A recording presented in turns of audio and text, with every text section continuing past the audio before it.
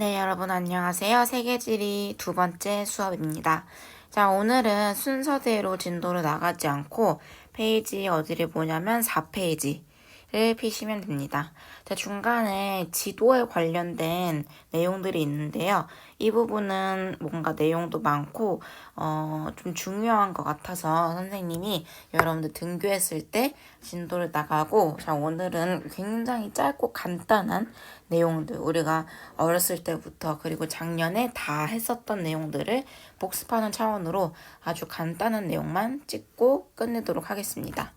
자, 여기 보시면 4페이지 중간에 보면 우리가 지도에 관련하여서 여러 가지를 배운 다음에 지리 정보에 관련된 내용들이 나와요. 왜냐하면 우리가 지도를 만들려면 여러 가지 땅에 관련된 지리적인 정보들을 수집을 하고 그거를 넣고 뭐 출력을 하고 컴퓨터로 조작을 하고 등등 많은 과정을 거쳐야 하죠. 자, 그래서 지리 정보라는 개념이 하나가 나오는데, 자, 지리 정보라는 것은 말 그대로 어떤 장소, 지역에 대한 정보를 의미를 합니다. 우리가 한 공간인 거죠. 어떤 장소나 지역에 대한 정보. 그래서 지리 정보를 통해서 그 공간, 그 지역의 특성 및 변화를 파악한다. 그래서 이 지리 정보라는 것은 종류가 세 가지가 있어요. 자, 지리 정보의 종류는 총 세 가지. 첫 번째로 공간 정보, 두 번째로 속성 정보, 세 번째로 관계 정보가 있습니다. 자, 쉽게 말해서 여러분들 공간 정보라는 것은 그 지역의 위치, 속성 정보라는 것은 그 지역의 내용, 성질, 얘는 말 그대로 관계, 지역과 타 지역과의 관계, 그리고 타 지역과의 인접성, 이런 것들을 의미를 합니다. 쉽게 말하면 선생님이라고 가정을 했을 때요.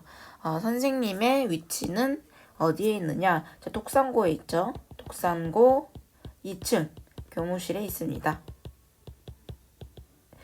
자, 그 다음에 선생님의 속성 정보, 선생님의 내용이나 성질. 선생님은 키가 162cm. 이걸 안 믿는 친구들이 있는데 162cm 맞습니다. 그 다음에 키는 이렇고 성질은 더럽다, 까칠하다, 이런 게 속성 정보가 될 수가 있겠죠. 그 다음에 관계 정보. 선생님은 학교 내에서 작년에는 1학년 6반 친구도 담임을 해가지고 이 친구들과 좀 더 밀접한 그게 있을 거고, 그 다음에 선생님들이랑도 여러분들이 지금 2학년이죠. 2학년부에 송미영 선생님이랑 같이 일을 했었고, 이렇게 많은 선생님들 중에서도 관계를 맺고 있는 선생님들이 존재를 합니다. 이게 관계 정보가 될 수가 있겠죠. 그래서 이거를 이제 원래대로 지역에 또 대입을 해보자면 우리나라의 위치라고 칩시다. 자, 우리나라는 위도 33도에서 43도, 그 다음에 경도 124에서 132도, 여기에 위치하고 있다. 그 다음에 우리나라의 속성 정보. 자, 우리나라의 인구는 5천만 명이고, 그 다음에 GDP, 국내 총생산액이 몇억 달러다. 그 다음에 우리나라의 관계 정보. 자, 계층으로 따지면은 동북아시아에 중국, 한국, 일본 이렇게 쌍을 이루고 있고, 그 다음에 그 아래에 동남아시아 국가 몇몇이 있다. 그 다음에 물류 중심 국가로서 러시아와 밀접한 교류를 하고 있고, 미국이랑 캐나다랑 중국이랑 이렇게 하고 있다. 이런 식으로 설명을 할 수가 있는 거죠.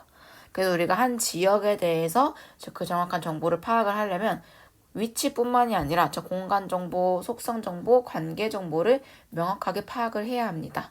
그래서 우리가 여기에 빈칸에 들어갈 말은 무엇일까요? 바로 속성 정보인 거죠. 공간 정보는 장소의 위치와 형태, 속성 정보는 장소가 가진 자연적, 인문적 특성을 나타낸다. 그리고 관계 정보는 한 장소와 다른 장소 간의 관계를 나타낸다. 그래서 이 속성 정보가 왜 중요하냐면 이 자연적, 인문적 특성이라는 것이 매우 매우 방대하죠. 그래서 우리가 문제 어떤 정보가 나왔을 때 이게 위치를 나타내는 공간 정보인지, 그 다음에 관계를 나타내는 관계 정보인지, 속성 정보인지를 파악할 수 있어야 돼요. 자연적 특성이라고 보시면 기후, 지형 이런 게 있을 수 있고 인문적 특성이라고 보면 인구, 경제, 산업, 종교, 문화 이런 것들이 있을 수가 있겠죠. 그래서 이런 거를 잘 보고 사례를 보고 이게 무슨 정보인지 파악할 수 있도록 이해를 해야 합니다. 자, 그 다음에 두 번째, 지리 정보의 수집이 있어요. 자, 우리가 뭔가 이 지리 정보라는 거를 파악을 하고 통계를 만들고 이해를 하려면 일단 그 내용, 정보에 관해서 수집을 해야 되겠죠. 그래서 이거는 우리가 옛날부터 이미 주구장창 배웠던 직접 조사를 하는 방법. 그 다음에 간접적으로 조사를 하는 방법. 그래서 직접 조사를 하는 거는 말 그대로 직접 내가 발로 뛰어서 방문을 해서 지리 정보를 수집한다. 간접 조사는 내가 직접 가지 않고 2차적인 생산물을 통해서 2차적으로 누가 만든 지도나 문헌을 통해서 그거 원래 있던 그 자료들의 내용을 보고 수집을 한다. 그래서 간접 조사가 있습니다. 그 다음에 원격 탐사는 밑으로 하나 빠져 있는데요. 이게 중요합니다. 자, 원격 탐사라는 거는 우리가 여러분들 인공위성, 그 다음에 항공기, 이거 밑에 적혀 있네요. 자, 인공위성, 항공기를 이용하여 관측 대상과의 접촉 없이 먼 거리에서 측정한다. 자, 우리가 이게 뭘까요? 우주에 던져놓고 동동 떠다니게 지구를 뺑글뺑글 돌고 있는 인공위성이죠. 자, 인공위성은 전 세계적으로 한 몇십 개 정도가 있어요. 그래서 뭐 날씨를 파악하는 데 쓰기도 하고 자연재해를 파악하는 데 쓰기도 하고 우리 구글 지도, 구글어스 맵 들어가면 이제 위성 사진 있죠. 우리 네이버 지도 같은 데 봐서도 그냥 우리가 보고 있는 지도에서 옆에 메뉴가 하나 클릭하는 게 있어요. 위성 지도 보기, 항공 사진 보기. 그거 딱딱딱 누르면 갑자기 실제 우리가 살고 있는 곳의 사진이 뜨죠. 이런 것들이 다 원격 탐사. 원격이라는 거는 자, 근거리의 반대말이죠. 자, 근거리. 자, 이거는 원거리. 장거리를 의미를 합니다. 저 멀리 있는 것들을 내가 간접적으로 직접은 못하니까 이 기계를 활용하여서 간접 조사를 하는 거예요. 그래서 우리 여기 보면은 이 원격 탐사라는 것은 여기에 안 적혀 있지만 간접 조사에 해당된다라는 것을 알 수가 있는 거죠. 자, 원격 탐사는 간접 조사입니다. 자, 이것의 장점이 있죠. 자, 원격 탐사를 하면은 자, 항공기와 인공위성. 여러분들이 항공기는 뭐지 싶을 텐데 실제로 비행기가 사람을 태우는 비행기만 있는 게 아니라요. 자, 비행기의 밑에 카메라를 달아요. 그래서 여기 기관사가 이거를 운전하고 있고 여기 밑에 카메라를 달아서 땅 위를 이렇게 천천히 돌아요. 그거를 이제 데이터를 수집해서 딱 컴퓨터에다가 넣으면 여러분들이 네이버 지도나 다음 지도를 보는 항공 사진이 되는 겁니다. 그래서 이거는 상대적으로 뭐 인공위성보다 비용이 상당히 더 저렴하고 그 다음에 좀 더 빠르게 간단하게 좁은 범위를 파악할 때 쓰는 거죠. 근데 인공위성이든 항공기든 둘 다 공통점으로 원격 탐사에 해당한다는 거. 저 멀리서 간접적으로 내가 정보를 파악한다는 거. 요거를 알 수가 있어요. 그래서 장점은 넓은 지역의 정보를 실시간으로 그 다음에 주기적으로 수집이 가능하다. 자, 우리가 인공위성 같은 경우에는 일단 기계적으로 기술적으로 연결이 되어 있기 때문에 내가 이 정보를 원한다 하면 바로 그냥 클릭만 하면 쪼르륵 컴퓨터에 들어오는 거죠. 실시간으로. 그 다음에 주기적으로. 뭔가 공간상에서 변화가 있는데 인공위성은 항상 떠 있잖아요. 그래서 원할 때마다 주기적으로 내용을 뽑아 쓸 수 있는 거죠. 그래서 이러한 장점이 있다. 그래서 이러한 지리 정보를 이렇게 수집을 했어. 그래서 이걸 어떻게 표현을 하느냐? 이게 첫 번째고 이게 두 번째인 거죠. 자, 지리 정보를 수집을 하고 이제 이거를 그래프나 종이 지도나 컴퓨터로 지도를 제작한다. 이렇게 방법이 있습니다. 자, 그 다음에 지리정보 시스템이라는 것이 있는데 요거는 우리가 지난 시간에 작년에도 했었죠. 자, GIS 지오그래피 인포메이션 시스템이라고 부릅니다. 자, 지리 정보를 시스템이에요. 컴퓨터로 지리 정보를 추출해서 넣어서 그 다음에 가공하고 처리해서 원하는 결과물을 뽑아내는 것을 우리가 지리정보 시스템이라고 합니다. 자, 컴퓨터로 하는 겁니다. 인간이 직접 하는 게 아니라요. 자, 그래서 이 특징을 보시면 특징이 곧 하나의 장점이에요. 자, 컴퓨터를 활용하여 지표의 복잡한 지리 정보를 다양한 유형 및 크기로 지도화할 수 있다가 첫 번째 장점이고, 두 번째, 지리 정보의 통합과 분석이 용이하다. 인간이 하나하나 손으로 하는 게 아니라 컴퓨터가 하니까 용이하고 신속하다. 그리고 합리적인 공간의 이용과 관리에 대한 의사결정이 가능하다. 자, 이게 뭐냐면요. 밑에 있는 활용해 보시면 돼요. 합리적인 의사결정?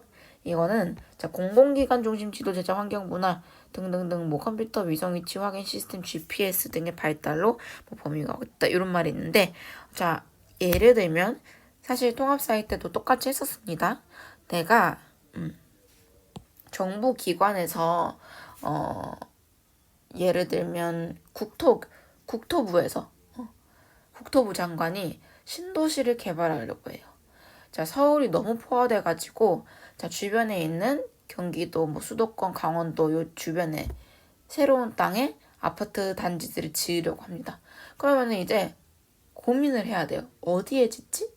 자, 서울이랑 가까우면 가까울수록 좋은 건데 어쨌든지 간에 땅이 너무 넓어. 이 넓은 땅 중에서 내가 어디에다가 이 신도시를 건설해야 국민들의 응원을 받을 수 있을까 고민을 합니다.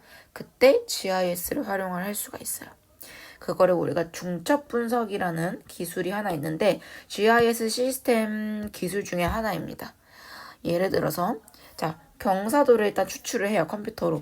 자, 이 지역에 예를 들어 여기가 서울이라고 치면 자, 서울의 경사도가 어떠냐? 자, 색깔이 진할수록 경사가 급한 거다. 여기가 급하대요. 그 다음에 두 번째. 자, 고도. 어디가 해발 고도가 높냐? 산이 위치할수록 고도가 높겠죠. 여기가 높대요. 그 다음에 인구 데이터를 뽑아요. 어디가 인구가 제일 많냐? 인구가 상대적으로 많아야 신도시를 개발했을 때 유입될 인구가 늘어나겠죠. 그 다음에 토지 이용. 농사를 짓는 시골 쪽이면 조금 그래. 신도시를 개발하는 거니까 토지 이용, 상업적 토지 이용이 좀 더 많은 거. 농업적 토지 이용보다 상업적 토지 이용이 많은 곳이 신도시 개발에 좋겠어. 그래서 이것도 체크를 합니다. 구역별로. 그래서 적합한 지역을 선정을 해요. 자, 이걸 이제 중첩시켜요. 원하는 데이터들을 뽑고 이거를 짜부해서 하나의 데이터에 빡 짜부를 시켰더니 이렇게 뜹니다. 자, 적합한 지역. 자, 경사도 5 미만, 뭐 고도 3 미만, 인구는 100 이상, 토지 이용은 상업 데이터 이렇게 컴퓨터로 처리 과정 입력을 합니다. 그래서 그거를 딱 추출했더니 최종 순위 1순위 여기일수록 제일 좋다. 그 다음에 여기는 두 번째. 여기 주변은 뭐 들어가면 좋긴 좋은데 최선은 아니다. 이렇게 순위화를 할 수가 있어요. 그게 바로 GIS 시스템 중에서 중첩 분석이라는 과정을 통해 우리가 알 수 있는 겁니다.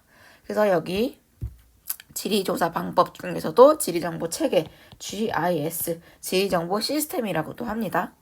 그래서 공간 정보를 자, 지도, 위성사진, 항공사진을 수집을 해요. 그래서 그거를 컴퓨터에 놓고 저장, 검색, 그 다음에 관리를 합니다. 자, 그래서 이거를 분석을 해요. 경사도 따로 뽑고, 고도 따로 뽑고, 그 다음에 뭐 토지 이용 따로 뽑고, 이렇게 분석을 하고 결과를 출력합니다. 자, 그래서 이 결과를 토대로 보고서를 만들고, 지도를 만들고, 그 다음에 뭐 통계를 만들고, 이렇게 우리 실생활에 사용을 하는 거죠. 그게 지리정보 시스템이다. 자, 여기까지가 우리 지리정보 기술의 활용이었고요. 그 다음 장으로 넘어가 보시면 5페이지에 3개의 지역 구분이라고 나와 있어요. 사실 이 부분은 시험에 나올 확률이 굉장히 낮은 부분입니다. 수능에서도 별로 중요성이 없지만 가끔씩 한 문제씩 좀 나오는 곡이 있어요. 그게 이제 여기에 별표가 체크된 부분인데 이거는 굉장히 쉬워요. 위에 있는 3개의 권역 부분, 자, 지역과 권역, 이거는 여러분들이 그냥 읽어보시면 되는데, 자, 지역이라는 거는 지리적 특성이 다른 곳과 구분되는 지표상의 공간 범위이다. 자, 권역이라는 거는 세계를 나누는 가장 큰 규모의 공간적 단위. 그래서 지역보다 상대적으로 좀 더 큰 개념이에요. 예를 들면 지구의 대륙 느낌? 북반구, 남반구, 선진국가, 개발도상국 이렇게 좀 더 큰 주제로 쪼개져 있는 거를 우리가 권역이라고 하고, 자, 뭐 우리나라, 일본, 중국, 그다음에 뭐 서울, 부산, 대구 이렇게 조금 세부적인 작은 지리상의 공간 범위를 지역이라고 부릅니다. 뭐 명확한 구체적인 수치화된 기준은 없고요. 그냥 이렇게 개념상으로만 이해를 하시면 됩니다. 그래서 우리가 이 권역을 구분을 해야 돼요. 그 구분을 하기 위한 지표로 자연적 지표, 문화적 지표, 기능적 지표가 있는데, 자, 예를 들면 우리나라가 뭐 이렇게 있다고 칩시다. 제주도, 울릉도, 독도. 자, 자연적 지표 중에서도 자, 지형을 기준으로 우리가 권역을 구분하고 싶다. 우리나라를 권역이라고 가정을 했을 때, 자, 우리나라는 지금 태백산맥이 여기 이렇게 지나요. 그 다음에 소백산맥 이렇게 지나고요. 그 다음에 함경산맥, 낭림산맥 이렇게 있는데, 이렇게 쪼개보니까, 우리나라의 권역은 자연적 지표로 따졌을 때, 요렇게 태백산맥의 서쪽, 태백산맥의 동쪽, 소백산맥의 남쪽 이렇게 A, B, C로 나누면 되겠다라고 결론이 날 수가 있어요. 반대로 자 문화적 지표로 보면 이 문화적 지표로 우리나라의 그 권역을 구분을 하자. 자 어떻게 할까요? 예를 들면 이제 우리 의식주나 종교는 대부분 비슷비슷하니까 언어로 가볼게요. 사투리가 있죠. 자 표준 어지만 이제 서울 사투리, 경기도 사투리가 있고요. 그 다음에 강원도 사투리가 있고요. 북한은 이렇게 포함. 그 다음에 경상도는 강원도랑 섞여 있고 경상남도 사투리, 제주도 사투리 요렇게 경상도 사투리, 울릉도는 경상도, 전라도 사투리, 충청도 사투리 이렇게 A, B, C, D, E, F A, B, C, D, E, F 6가지의 권역으로 구분할 수가 있구나. 그래서 각각의 지표마다 구분되는 기준에 따라 우리가 세 개를 구분하는 그게 달라진다 라는 거를 확인할 수가 있습니다. 그 다음에 여기 세 번째 기능적 지표는 자, 핵심지와 그 배후지. 핵심지와 그 배후지라는 것은 말 그대로 핵심지 서울이라고 가정할게요. 서울이 우리나라의 중앙 핵심이죠. 경제적으로든 정치적으로든. 자, 이 핵심지와 배후지 그 주변 배후지 뒤에 있다라는 거죠. 배후에 있다. 자, 이 배후지는 이 핵심지의 영향력을 받는 곳을 배후지라고 합니다. 자, 여기는 예를 들면 부산 같은 경우에는 서울이랑 굉장히 멀죠. 물론 서울의 영향을 받기도 하지만 부산은 제2의 수도, 제2의 도시로서 지들만의 고유한 기능 중심지를 갖고 있어요. 그래서 부산이 핵심지, 부산 주변 경상도가 배후지, 그 다음에 서울이 핵심지, 여기 수도권이 서울의 배후지. 이렇게 기능적 지표라는 것은 자 기능, 정치적, 경제적 뭐 기능의 종류는 굉장히 많죠. 그 기능의 중심이 있고 그 기능에 영향을 미치는 배후지까지 이렇게 권역을 구분한다. 그래서 우리나라는 뭐 이렇게 되어 있다. 충청도, 전라도, 뭐 강원도 이렇게 이런 걸 할 수가 있겠죠. 자, 그래서 세계 권역의 특성을 보아하니 자 자연적 직무적 특성이 어우러져 나타난다. 같은 권역 안에서도 다양한 특성이 나타날 수 있다. 자, 이 말은 뭐냐면 우리가 지표를 선정을 하고 이 지표에 맞게 권역을 구분을 하려고 하는데 사실상 세계화가 이루어지다 보니까 딱 잘라서 이 지역 A 특성은 여기, 이 지역 B 특성은 딱 여기 이렇게 딱 완벽하게 구분을 짓는 게 어려워요. 불가능합니다. 자, 그래서 같은 권역 안에서도 다양한 특성이 나타나고 그 다음에 다른 권역끼리지만 공통점이 있을 수가 있어요. 그래서 나타난 개념이 요거죠. 점이지대. 자, A라는 지역이 있고 자, B라는 지역이 있는데 이 A라는 지역과 B라는 지역은 국가도 다르고 종교도 다르고 다 달라. 근데 이 경계 지역의 겹쳐지는 곳이 있다. 자, 여기는 A 지역의 특성도 나타나고 B 지역의 특성도 나타난다. 예를 들면은 여기 A 지역은 힌두교, B 지역은 크리스트교. 근데 이 가운데 지역은 A 지역과 B 지역 중앙에 있다 보니까 힌두교도 나타나고 크리스트교도 나타난다. 두 그 종교가 섞여 있다. 이러면은 이제 A 지역과 B 지역의 점이지대가 될 수가 있는 거죠. 점이지대라는 것은 두 지역, 권역의 경계에 위치하여 두 지역의 특성이 함께 나타나는 지대이다. 이렇게 확인할 수가 있어요. 세 개를 다양한 권역으로 구분을 하자. 자, 관점에 따라서 지표가 어떤 거냐에 따라서 우리가 구분이 달라진다. 대륙 중심으로 했을 때는 우리가 익히 알고 있는 아시아, 유럽, 아메리카, 아프리카, 오세아니아. 인문적 요소 중심으로 했을 때는 뭐 문화, 정치, 대부분이 문화죠. 그 다음에 지구적 쟁점 중심으로 봤을 때는 쟁점. 요거는 별로 중요하지 않아요, 여러분들. 요거는 패스 하셔도 됩니다. 그래서 뭐 관점에 따른 구분, 뭐 규모에 따른 구분, 뭐 크기에 따라서 구분을 한다. 이런 게 있는데 밑에 있는 사례를 볼게요. 자, 문화적 권역을 구분한다. 자, 문화적 권역을 구분한다라고 했을 때, 자, 아메리카 문화권, 북극 문화권, 동양 문화권, 아프리카 문화권, 오세아니아 문화권, 유럽 문화권, 건조 문화권. 자, 이게 뭘까요? 문화에 따라 구분을 한다. 자, 건조 문화권은 왜 건조 문화일까요? 대부분이 사막이다. 자, 기후가 건조하다 보니까 어떤 특성이 나타날까요? 옷은 얇고 길고 흰 옷. 그 다음에 대추야자를 주로 먹고 낙타를 주로 키우고 유목을 하고 그 다음에 나무가 잘 자라지 못해서 흙집을 짓고 이런 건조 문화권만의 특징이 있어요. 그러다 보니까 기후가 비슷하면 의식주 문화도 비슷하게 나타난다. 그래서 건조한 기후는 묶어서 건조 문화권이다. 그 다음에 이제 동양 문화권, 아시아 문화권이죠. 젓가락을 사용하고 쌀을 주식으로 먹고 그 다음에 아시아 쪽 불교라는 종교를 많이 믿는다. 그래서 동양 문화권. 근데 아시아는 워낙 규모가 커가지고 인구도 많고 그 안에서도 동아시아, 동남아시아, 남부아시아로 쪼개지는 거. 그 다음 아메리카 문화권은 이제 신대륙이죠. 신대륙. 최근 1492년도에 콜럼버스가 배 타고 뽀뽀뽀뽀 가가지고 발견한 땅이에요. 자, 앵글로 아메리카 문화권은 이제 이 문화권 내에서도 민족에 따라 구분을 한 것이다. 앵글로 섹슨 아메리카 쪽. 그 다음에 라틴족. 이제 라틴 아메리카 문화권은 유럽, 남부 유럽 문화권이 이민으로 와가지고 만들어진 거고, 앵글로 아메리카 문화권은 북서유럽 문화권이 이주를 해가지고 탄생한 문화권이고, 이렇게 우리가 문화권에 따라서 구분을 하면 이렇게 됩니다. 그래서 이거는 우리가 통합사회 7단원에서 문화와 다양성에서 했던 부분이에요. 그래서 우리가 했던 거기 때문에 선생님이 간단하게 설명하는 거고, 요거는 여러분들 딱 문화권으로 구분을 했을 때 이렇게 된다. 그래서 만약에 지도에서 이름이 안 나왔어. 그러면 이게 무슨 문화권인지 알 수 있어야 되는 거죠. 여러분들 요거 외몽골, 터키, 아랍, 베르베르 요거는 알 필요 없어. 그냥 건조 문화권 요렇게만 아시면 됩니다. 요것도 알 필요 없고요.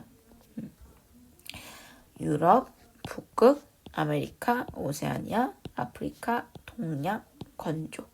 근데 우리가 작년에 유럽이랑 동양은 세부적으로, 아메리카 요 세 개는 세부적으로 또 쪼개서 수업을 했었어요. 그래서 요거 확인하고 넘어가면 됩니다. 자, 마지막으로 이 세 개 지역 권역 구분 두 번째는 우리 여러분들이 갖고 있는 교과서에 나와 있는 구분이에요. 유럽과 북아메리카, 사하라이나 아프리카, 중앙남부 아메리카. 갑자기 여기랑 같이 묶여 있어. 이 이유는 뭘까? 뭐 기능적 지표, 문화적 지표 다 적용을 시킬 수가 있어요. 완전 대륙도 다르고 사는 사람도 다르지만 이 공통점은 저개발 국가이다. 저개발 국가. 그 다음에 뭐 자원 개발에 의존하는, 경제적인 규모가 작은 자원 개발에 의존하는 국가들이다. 이런 공통점이 있기 때문에 얘네를 교과서에서 묶어놨어요. 그 다음에 건조한 것 애들 묶어놓고, 건조한 거. 그 다음에 아시아, 오세아니아 묶어놓고. 그래서 기준을 어떻게 잡느냐에 따라서 이 권역을 구분 짓는 방법이 매우 많이 달라진다라는 거를 확인할 수가 있었습니다. 네. 그래서 1단원은 지도만 빼면은 여기서 끝이 나요. 그래서 우리가 등교했을 때 다음 시간에 이 지도 부분에 관해서 수업을 하도록 하겠습니다. 자, 우리 수능 문제 하나만 풀어보도록 할게요. 우리 어제 배웠던 세계화부터. 자, 여러분들 잠깐 영상을 멈춰보시고 풀어보는 시간을 가져보도록 할게요. 자, 풀어봅시다. 자, A, B에 대한 설명으로 옳은 것을 보기에서 고른 것은 최근 전 세계가 어쩌고 저쩌고 공동체로 통합되는 현상. 당연히 이거는 뭐다? A는 세계화. 우리 배웠죠? 근데 다른 한편으로는 지역의 독특한 생활 양식이나 사회, 문화, 경제 활동 등이 세계적 차원에서 가치를 지닌다. 이거는 뭐다? 지역화. 기업. A는 교통통신의 발달에 큰 영향을 주었다. 맞죠? 이게 주요 원인이었죠. B. 지역화로 인해 세계 문화가 획일화되고 있다? No, 아니죠. 오히려 각 지역만의 문화가 다양하게 가치가 고유성이 강조되는 세상입니다. 틀렸어요. 자, A, B가 동시에 진행되는 것을 세방화. 여기 나오죠. 글로컬라이제이션. 우리 배웠습니다. 이거 맞죠? 자, A는 지역화, B에는 세계화. 반대죠. 틀렸습니다. 정답은 기억 디귿 2번. 쉽죠? 두 번째, 이것도 먼저 보고 풀어볼게요. 자, 세계지리 수업 장면이다. 가에 들어갈 내용으로 적절한 것은 자, 바게트로 만든 햄버거, 돼지고기 대신 소고기를 넣은 햄버거, 빵 대신 밥을 이용해 만든 햄버거. 자, 여기는 자, 바게트로 만든 햄버거, 프랑스입니다. 프랑스. 그 다음에 돼지고기를 대신 소고기를 넣은 햄버거. 여기는 어딜까요? 돼지고기를 못 먹는 이슬람 국가죠. 자, 여기 중동 아랍입니다. 이슬람 국가. 그 다음에 빵 대신 밥을 이용했다. 자, 여기는 뭐 종교적인 차원은 아니고 필리핀인데 밥이 주식이다 보니까 이제 밀가루 대신 쌀을 이용해서 만든 거예요. 자, 햄버거라는 하나의 음식 문화를 각 지역의 특성에 맞게 배경에 맞게 적절하게 변화시키는 거. 이거를 뭐라 불렀다? 지역화 방법인 거죠. 자, 가장 적절한 것이래. 여러분들 보기를 보시면 이 다섯 가지가 공통점으로 전부 다 세계화 지역화의 특징입니다. 자, 근데 그 중에서 가장 맞는 것을 고르자면 뭘까요? 이거는 세계화의 원인. 이거는 경제적 세계화 결과. 이것도 뭐 경제의 세계화. 이것도 뭐 경제의 세계화. 정답은 2번이죠. 지역의 특성에 맞게 현지화를 시켰다. 다음 마지막으로 갈게요. 자, 이거는 지역화 전략입니다. 기억에서 리을에 대한 설명으로 옳은 것을 보기에서 있는 대로 고른 것은 자, 기억, 세계화가 빠르게 진행되고 있다. 니은, 국제적 분업이 활발해지고 있다. 디귿, 문화가 획일화되기 쉬운 세계화의 흐름 속에서 고유한 문화를 살려 세계적 차원의 가치를 가지게 하려고 노력하고 있다. 이게 이제 지역화에 대한 설명이죠. 이를 위해 세계 여러 지역은 다양한 디귿, 그다음 지역 브랜드와 장소 마케팅 등 지역화 전략을 활용해 세계화에 대응하고 있다. 지역화 전략 중 하나인 디귿은 지리적 특성을 반영한 우수한 상품이 중요한 거죠. 이게 지리적 특성을 반영한 우수한 상품이 그 지역에서 생산 가공되었음을 증명. 이 디귿에 들어갈 말은 무엇일까요? 그쵸? 지역 브랜드와 장소 마케팅과 같이 지역화 전략 세 가지 중 하나인 지리적 표시제 라는 것을 알 수가 있습니다. 기억. 자, 기억으로 세계화로 국경의 역할의 의미가 강화된다. 맞을까요? 틀릴까요? X죠. 약화됩니다. 하나로 통합되어 가요. 니은. 자, 국제적 분업의 원인 중 하나는 교통 발달에 따른 운송비 감소이다. 요건 이제 상식적으로 연결짓는 거예요. 당연히 교통이 발달하면 운송비가 감소하겠죠. 그래서 큰 물건을 옮기는 데 있어서 시간도 단축되고 비용도 단축된다. 그러다 보니 당연히 국제적 분업이 활발해지겠죠. 5. 디귿. 자, 디귿에서는 지리적 표시제가 들어갈 수 있다. 맞죠? 자, 리을. 지역 브랜드화와 장소 마케팅의 사례로 I love New 들 수 있다. 맞죠? 굳이 고르자면 지역 브랜드화인 거죠. 그래서 얘도 맞습니다. 그래서 정답은 니은, 디귿, 리을 5번이 될 수 있겠네요. 여러분들 이게 수능 문제입니다. 자, 너무나도 쉽죠? 그래서 우리가 사회탐구 수능 우리가 세 개지를 선택한다면 이 정도 수준으로 이 파트의 내용들은 나오기 때문에 여러분들이 충분히 커버를 하실 수 있을 거예요. 그래서 오늘 수업은 여기까지 하고 이제 다음 등교 수업 때 지도에 관련지어서 수업하도록 하겠습니다. 자, 수고하셨습니다.